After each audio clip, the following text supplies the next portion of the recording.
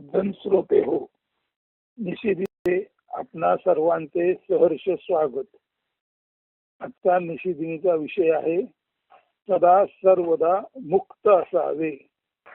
संस्कृत सुभाषित आहे, जन्मांतर शताभ्यस्ता राम संसार संस्थिती सा चिराभ्यास योगेन विना न क्षीयते क्वचित. म्हणजे संसार स्थिती अभ्यास गत अनेक शत होत आलासे तरी दीर्घकाल साधन अभ्यासा वाचून संसार स्थिती क्षीण न होतसे. आपणाला हा जो जगद्रूप पसारा दिसतो, ज्याला आपण सर्वसाधारण भाषेत प्रपंच संसार म्हणतो, तो गेल्या शेकडो वर्षांच्या अभ्यासातून जन्माला आलेला आहे. म्हणजे असे की संसार म्हणजे काय, त्यात जीव बंधरूपाने का व कसा अडकतो, माया म्हणजे काय, मूळ पुरुष म्हणजे काय, अष्टविध प्रकृती म्हणजे काय, त्या प्रकृतीच्या पसाऱ्यातून किंवा बंधनातून जीवाला मोक्ष मिळण्यासाठी कोणकोणती साधनारूप साधने मदत करू शकतात, या साऱ्यांचा नीट सांगोपांग केलेला जीव जगत सृष्टी व नियामक ईश्वर या संबंधीचा शोध बोधपर अभ्यास म्हणजेच संसार स्थितीचा जन्म किंवा त्याचे ज्ञानरूप स्पष्टीकरण. या स्पष्टीकरणाच्या अभ्यासाद्वारे जर कोणी जीव साधना साधन रूप योग्य जीवन मार्ग आचरेल तर त्यांची संसार स्थिती क्षीण होईल. म्हणजे जन्म मृत्यू रूपी चक्रातून तो सुटू शकेल. याचे पुष्ट्यर्थ परमहंस सद्गुरु श्री स्वामी स्वरूपानंद यांच्या संजीवनी गाथेतील क्रमांक 42 व 43 क्रमांकाचे अभंग अभ्यासनाजोगे आहेत. क्रमांक 42 मध्ये स्वामी म्हणतात, सोने आणि लेणे एकची तत्वता तैसी आत्मसत्ता विश्वरूप, तरंग सागर एकची साचार तैसा विश्वाकार आत्ममय, ज्वाला आणि अग्न एकची संपूर्ण भूतासी अभिन्न आत्मतत्व, स्वामी म्हणे जैसा कापुरी सुवास तैसा श्रीनिवास विश्वी वसे. म्हणजे प्राणी मात्रांच्या किंवा जीवांच्या दृष्टीने पाहू जाता सोनं आणि लेणं हे तत्वता एकच आहे, आणि सोनं आणि लेणं ज्यार्थी एकच आहे त्यार्थी जीव आणि शिव ही दोन्ही मिळून एकच आत्मसत्ता विश्वरूप झालेली आहे. तरंग सागर हे साचारत्वाने खऱ्या अर्थाने एकच आहेत, तसाच हा विश्वरूपी आकार एकाच आत्मतत्वातून आत्ममय म्हणजे एकच आत्मतत्व इथे विश्वाकार म्हणून आलेला आहे. ज्वाला आणि अग्न एकची संपूर्ण भूतासी अभिन्न आत्मतत्व. जसं ज्वाला आणि अग्न म्हणजे आग किंवा अग्नी एकच आहे, संपूर्णपणे एकच आहे. ज्वाला वेगळी आणि अग्नी वेगळा असं नाही. म्हणून ज्वाला आणि अग्नी ज्या अर्थी संपूर्णपणे एकच आहे त्या अर्थी सर्व जीवांना शिव म्हणजे आत्मतत्व एकच आहे. म्हणजे ज्वाला आणि अग्न एकच संपूर्णपणे आहे, तशाच अर्थी जीव आणि शिव एकच अभिन्न भेद नसलेलं आत्मतत्व आहे. स्वामी म्हणे जैसा कापुरी सुवास तैसा श्रीनिवास विश्वी वसे. जसा कापुरामध्ये सुवास त्याच्या अंतर्गत वसलेलाच असतो, कापूर आणि सुवास वेगळे नसतात, तसा जीव आणि शिव किंवा हा संसार किंवा सृष्टी आणि श्रीनिवास म्हणजे आत्म्याचा वास एकच आहे. सृष्टी हा आत्म्याचाच वास आहे. जसा कापुरामध्ये सुवास स्वाभाविकपणे असतोच. म्हणून सोने आणि लेणे एकची तत्वता तैसी आत्मसत्ता विश्वरूप, तरंग सागर एकची साचार तैसा विश्वाकार आत्ममय, ज्वाला आणि अग्न एकची संपूर्ण भूतासी अभिन्न आत्मतत्व, स्वामी म्हणे जैसा कापुरी सुवास तैसा श्रीनिवास विश्वी वसे. येथे भिन्न भिन्न गोष्टीतील एक तत्व स्वामींनी दाखवून दिलेलं आहे आणि अंती संपूर्ण संसार आणि आत्मा एकच आहे, तैसा श्रीनिवास विश्वी वसे. या खात्रीपर्यंत स्वामी स्वरूपानंद पोचले आणि ते त्यांच्या प्राप्त म्हणजे चालू जन्मातच मोक्ष स्थितीला गवसणी घालू शकले. क्रमांक 43 अभंग आहे, प्रपंच विटाळापासून मोकळा झालो मी सोवळा आत्मरूप, नामरूप कुळ सांडोनी सकळ झालो मी केवळ आत्मरूप, भेदभाव मळ गेला मंगळ झालो मी निर्मळ आत्मरूप, जळात कमळ तैसा उपाधित राहतो अलिप्त स्वामी म्हणे. म्हणजे 42व्या अभंगामध्ये अनेक गोष्टी ह्या वस्तुता एकच आहेत आणि त्यामुळे संपूर्ण विश्व हे वस्तुता श्रीनिवास म्हणजे आत्म्याचाच वास आहे अशी स्वामींना खात्री पटल्यानंतर लगेच 43व्या अभंगात ते आपल्या मुक्तीचा आनंद वर्णन करतात. प्रपंच विटाळापासून मोकळा झालो मी सोहळा आत्मरूप. आता प्रपंचाचा विटाळ मला उरला नाही, कारण परमार्थ आणि प्रपंच एकच आहे, एकच आत्मा आहे हे समजल्यामुळे प्रपंच विटाळापासून मोकळा झालो मी सोहळा आत्मरूप. त्यामुळे प्रपंचाचा विटाळ उरला नाही, प्रपंच आणि परमार्थ एकच आत्मतत्व आहे हे कळल्याने आपोआपच मी सोहळा आत्मरूप झालो, मी पवित्र आत्माच झालो. नामरूप कुळ सांडोनी सकळ झालो मी केवळ आत्मरूप. अर्थात नाम रूप कुळ या विभिन्न मला ओळखणाऱ्या गोष्टी टाकून मी संपूर्णपणे आत्मरूप झालो किंवा आत्मकुळाचाच रहिवासी झालो. भेदभाव मळ गेला मंगळ झालो मी निर्मळ आत्मरूप. सर्व तऱ्हेचे भेदभाव जे अमंगळ आहेत, अपवित्र आहेत, ते माझ्यातून गेले आणि मी निर्मळ आत्मरूप झालो. जळात कमळ तैसा उपाधित राहतो अलिप्त स्वामी म्हणे. जसं जळात म्हणजे जळामधील चिखलात कमळ असतं आणि त्या कमळाला चिखलाची बाधा होत नाही, तशी संसार रूपी उपाधीतून म्हणजे संसार रूपी पीडा जी म्हणतात त्या संसार रूपी पीडेच्या चिखलापासून मी तसा दूर आहे जसा जळातील कमळ चिखलापासून दूर असतो. म्हणजे 42व्या अभंगामध्ये त्यांना संपूर्ण आत्मरूपत्वाचा साक्षात्कार झाला आणि 43व्या अभंगामध्ये ते स्वतःच आत्मरूप झाले म्हणून उद्घोष करतात. म्हणून 42 आणि 43 क्रमांकाचे अभंग पुन्हा एकदा ऐका.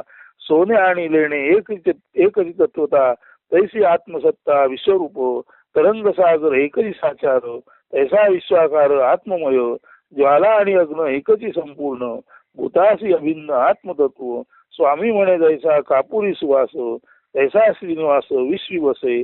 इथे एकत्वाचा बोध झाला आणि 43व्या अभंगात स्वामी स्वतः आत्मरूप होऊन सोहळे झाले. तो अभंग ऐका. प्रपंच विटाळापासून मोकळा झालो मी सोहळा आत्मरूप. नामरूप कुळ सांडोनी सकळ झालो मी केवळ आत्मरूप. भेदभाव मळ गेला मंगळ झालो मी निर्मळ आत्मरूप. जळात कमळ तैसा उपाधित राहतो अलिप्त स्वामी म्हणे. हा क्रियाशून्य साक्षीत्वाचा अभ्यासच जीवाला त्याचे शिवरूप चालू म्हणजे प्राप्त जन्मातच स्पष्टतेने दर्शवतो आणि त्या योगे जीव विश्वंभर आत्मतत्व म्हणून आपले सत्यत्व जाणतो व संसारामधून आपली सुटका तथा मोक्ष मुक्ती पूर्णत्वाने सिद्धीस नेतो. या समर्थी म्हणजे या सम अर्थाचा मेघवृष्टी ग्रंथांतर्गत पान 150-151 वरील जो पद्यांश आहे किंवा जे पद्य आहे ते 15/7/2004 रोजी स्फुरलेले आहे. ते पद्य सुद्धा सज्जन हो तुम्ही जरूर अवलोकन करावे व त्याचा अभ्यासही करावा असे आहे. सदा सर्वदा मुक्त असावे हे पद्य 15/7/2004 रोजी स्फुरलेले असून मेघवृष्टीच्या पान 150-51 वर आहे आणि आत्मोपनिषद या ग्रंथाच्या पान 45 व 46 वरती सुद्धा हे पद्य सामावलेले आहे. आता ते पद्य एकदा वाचतो, अर्थ सांगतो आणि पुन्हा एकदा वाचतो. ज्ञान संपदा ध्यान लागते ध्येय ध्याता काही नुरते विषयांचे ते ज्ञान संभवे निर्विषयी ते ध्यान उद्भवे. कोण ध्याता निर्विषयाचा ध्येय कोणा निर्विषयाचे तरी चाले ध्यानंतरी ब्रह्मस्पंदते ब्रह्मांतरी कर्म करता विरहित क्रिया ओळख समजा ब्रह्माची या. ब्रह्म जाणून ब्रह्म उरावे गुळ खाऊन मुखे असावे व्यक्तित्वाविण व्यक्त असावे पुष्पे विण परिगंध असावे गुणाकारी कधी नसावे सदा सर्वदा मुक्त असावे. ज्याला आपण सर्वसाधारण ज्ञान ज्ञान ज्ञान म्हणतो ते ज्ञान भौतिक विषयांचे म्हणजे स्वाभाविकच जीवन जगण्यासाठी आवश्यक असलेल्या भोवताली ज्या अनेक अडचणी आहेत त्यातून सुटका कशी मिळावी या संबंधीचे ज्ञान हे भौतिक विषयांचे ज्ञान असते. आणि भौतिक विषयांचे ज्ञान जेव्हा संपते आणि अचानक अंतरंगामध्ये शांती प्राप्त होते तेव्हा ती अंतरंगात प्राप्त होणारी शांती म्हणजे ध्यान असतं. ध्यान हा विषय नाही, तर ध्यान हे मूळ तत्व जाणून घेणं आहे. आणि विषय म्हणजे जीवाला आवश्यक असलेल्या भौतिक विषयांची प्राप्ती कशी केली जाते, या भौतिक विषयांच्या प्राप्तीच्या मार्गाला ज्ञान म्हणतात. आणि भौतिक विषय संपून जेव्हा अंतरंगात निर्मळ शांती प्राप्त होते तेव्हा त्याला ध्यान म्हणतात. म्हणजे ज्ञान हे भौतिक विषयांचे असते आणि ध्यान हे विषयरहित केवळ शुद्ध असणे पण असते. अशा अर्थी ज्ञान संपदा ध्यान लागते, ध्येय ध्याता काही नुरते. भौतिक विषयांचं ज्ञान संपलं की अंतरंगात ती परमशांत अवस्था तयार होते, जी कधी ना कधी आपण सर्वांनीच अधेमध्ये जीवनभर अनुभव ज्याचा घेतलेला असतो. अशा अवचित निर्माण होणाऱ्या शांत किंवा परमशांत अवस्थेला ध्यान म्हणतात. मात्र ज्ञान जेव्हा असतं त्या विषयांचं ज्ञान आणि ते ज्ञान घेणारा, ज्ञान करून घेणारा अभ्यास असा भेद असतो. जेव्हा आपणा सर्वांच्या मनात अवचित शांती प्राप्त होते तेव्हा त्या शांतीला ध्यान म्हणतात. आणि ती शांती एवढी प्रगाढ असते की प्रगाढ शांतीमध्ये शांती कोण अनुभवतो, कशी अनुभवतो हे संपूनच जातं.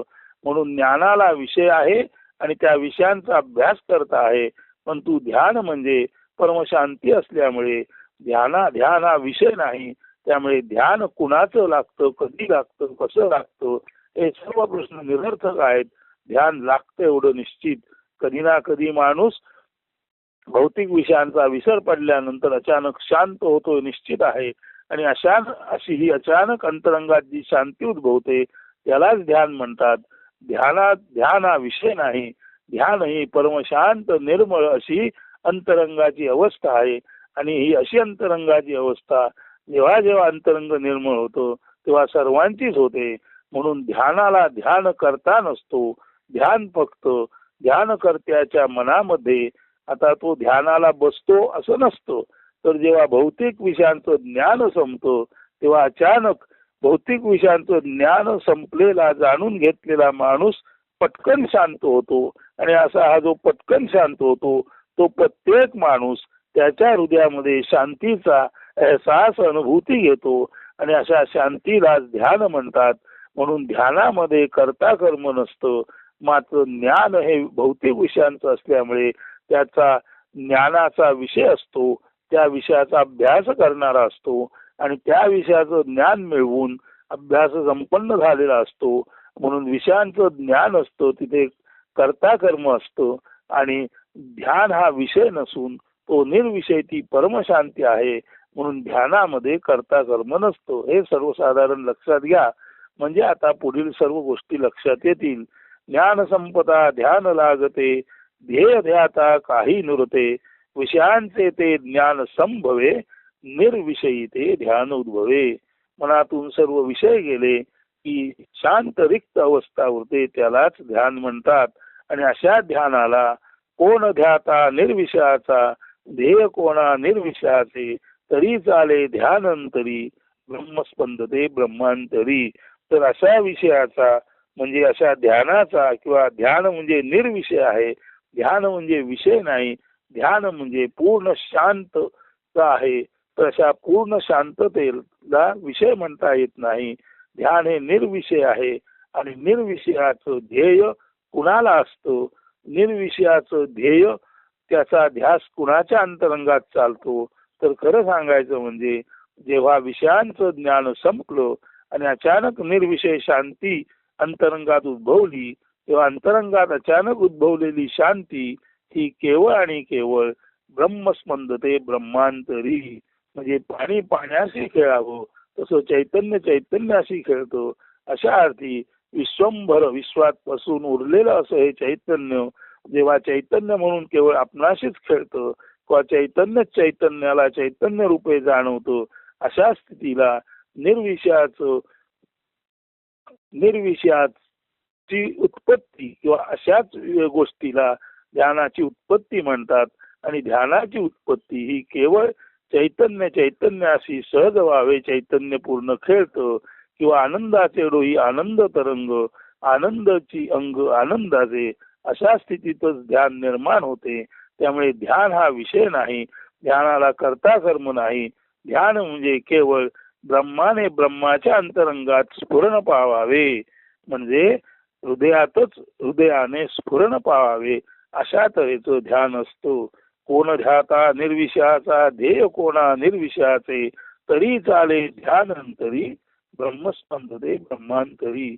विषयांपासून मोकळं झालेलं हृदय जेव्हा असतं तेव्हा अचानक ध्यानच ध्यानाला ध्यान रूपाने पाहत असतो. म्हणून इथे कर्ता कर्म क्रिया असं वेगळं काही नसतं. म्हणूनच कर्ता कर्म विरहित क्रिया ओळख समजा ब्रह्माची या. म्हणजे ब्रह्म जिथे आहे तिथे कर्ता कर्म आणि क्रिया नाही, फक्त ब्रह्मच आहे. असं हे केवळ ब्रह्म आहे ओळखून ज्याला या ब्रह्माची चव लागली तो एखाद्या मोन्याने गुळ खावा, चव कळावी, परंतु सांगता येऊ नये अशी त्याची अवस्था होते. म्हणून कर्म करता विरहित क्रिया ओळख समजा ब्रह्माची या. ब्रह्म जाणूनी ब्रह्म उरावे, गुळ खाऊनी मुके असावे. अशी जिथे अवस्था आहे तिथे दिसायला बाहेर व्यक्ती असली तरी ती व्यक्तित्वामध्ये नसते, फक्त ती व्यक्त असते. म्हणून ज्याच्या अंतरंगात ध्यान चालू आहे तिथे कर्ता कर्म विरहित क्रिया असं ते ध्यान असतं. अशा वेळेला बाहेर माणूस व्यक्त म्हणून दिसतो, परंतु त्या व्यक्त माणसाला आपल्या व्यक्तित्वाची जाणच नसते. व्यक्त आणि व्यक्तित्व केवळ आणि केवळ ध्यानामध्ये विलीन झालेलं असतं. म्हणूनच म्हटले आहे, व्यक्तित्वाविन व्यक्त असावे, पुष्पे विन परिगंध असावे. जसं फुलाला ते फूल आहे माहीत नाही, परंतु फुलाचं दिसणारं बाहेरचं फूल पण व्यक्तित्व असलं तरी फुलाला फूल याची ओळख नाही, म्हणजे फुलाला आपलं व्यक्तित्व माहीत नाही. परंतु असं असताना सुद्धा फूल त्याचं गंध प्रसरण करण्याचं कार्य करीतच असतं.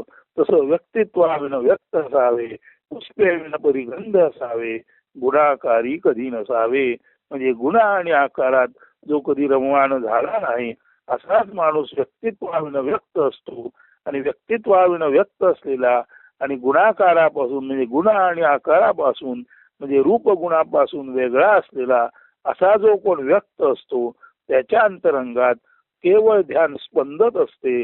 जसं पुष्पाला माहीत नसतं की आपण पुष्प आहोत का काय आहोत, परंतु पुष्पाचं कार्य गंध प्रसरण करण्याचं चालूच असतं.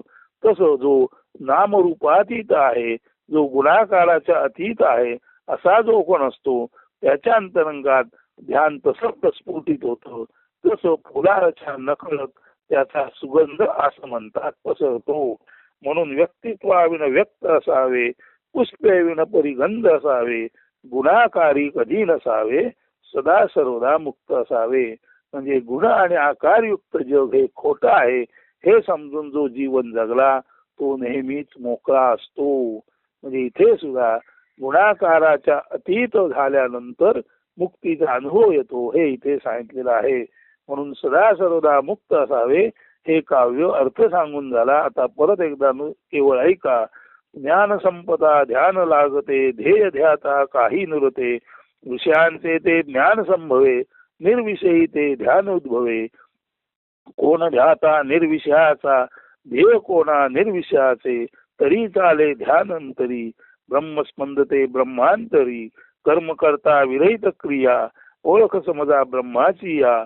ब्रह्म जाणुनी ब्रह्म उरावे, गुळ खाऊनी मुके असावे, व्यक्तित्वाविन व्यक्त असावे, पुष्पेविन परिगंध असावे, गुणाकारी कधी नसावे, सदा सर्वदा मुक्त असावे.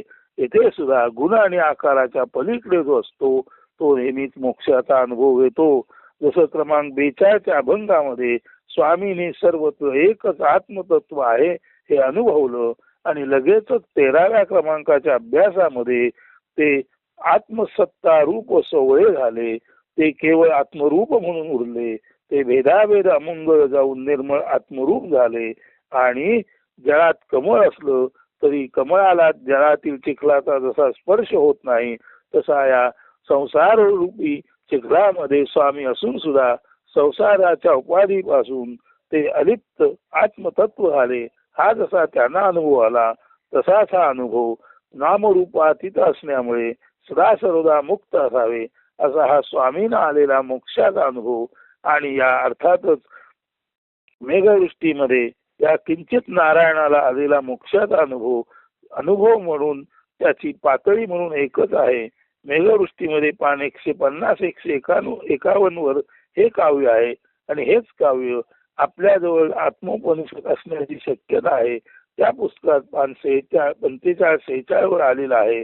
तेव्हा सदा सर्वदा मुक्त असावे हा अनुभव स्वामींच्या 2 अभंगातून आणि सदा सर्वदा मुक्त असावे या मेघवृष्टी आणि आत्मोपनिषद मध्ये नारायण पाटणकर यांना स्फुरलेल्या काव्यामध्ये कसा आला आहे. अनुभव मोक्षाचाच आहे. एकीकडे सर्वत्र आत्मतत्व दिसतं आणि मोक्ष मिळतो आणि दुसरीकडे गुण आणि आकाराच्या पलीकडे गेल्यानंतर मोक्ष मिळतो असं सांगितलं असलं तरी मोक्ष म्हणून मुक्ती म्हणून ती एकच एक आत्मरूप सत्ता किंवा सर्वत्र आपणच भरलेलो आहो असं विश्वंभरत्व या दोन्ही अभंगातून दोन्ही म्हणजे खऱ्या अर्थाने तीनही अभंगातून आलेलं आहे. हे आपल्या लक्षात आलं असेल तर आपण 42 आणि 43 या क्रमांकाच्या स्वामींचे अभंग आणि सदा सर्वदा मुक्त असावे हे मेघवृष्टीत आत्मोपनिषद मधील अनुक्रमे 150 151 आणि आत्मोपनिषद मध्ये पान 45 46 वरती जे काव्य आलं आहे तर 2 अधिक 1 3 अशा या 3 काव्यांचा आपण अभ्यास करावा, अनुभूती घ्यावी आणि सदा सर्वदा मुक्त असावे हे कसं शक्य आहे याचा अनुभव आपण आपल्या हृदयांतरी घ्यावा अशी विनंती करून आजचे हे निरूपण सदा सर्वदा मुक्त असावे येथेच संपन्न होत आहे. धन्यवाद. अस्तु. सुदिन सुप्रभात.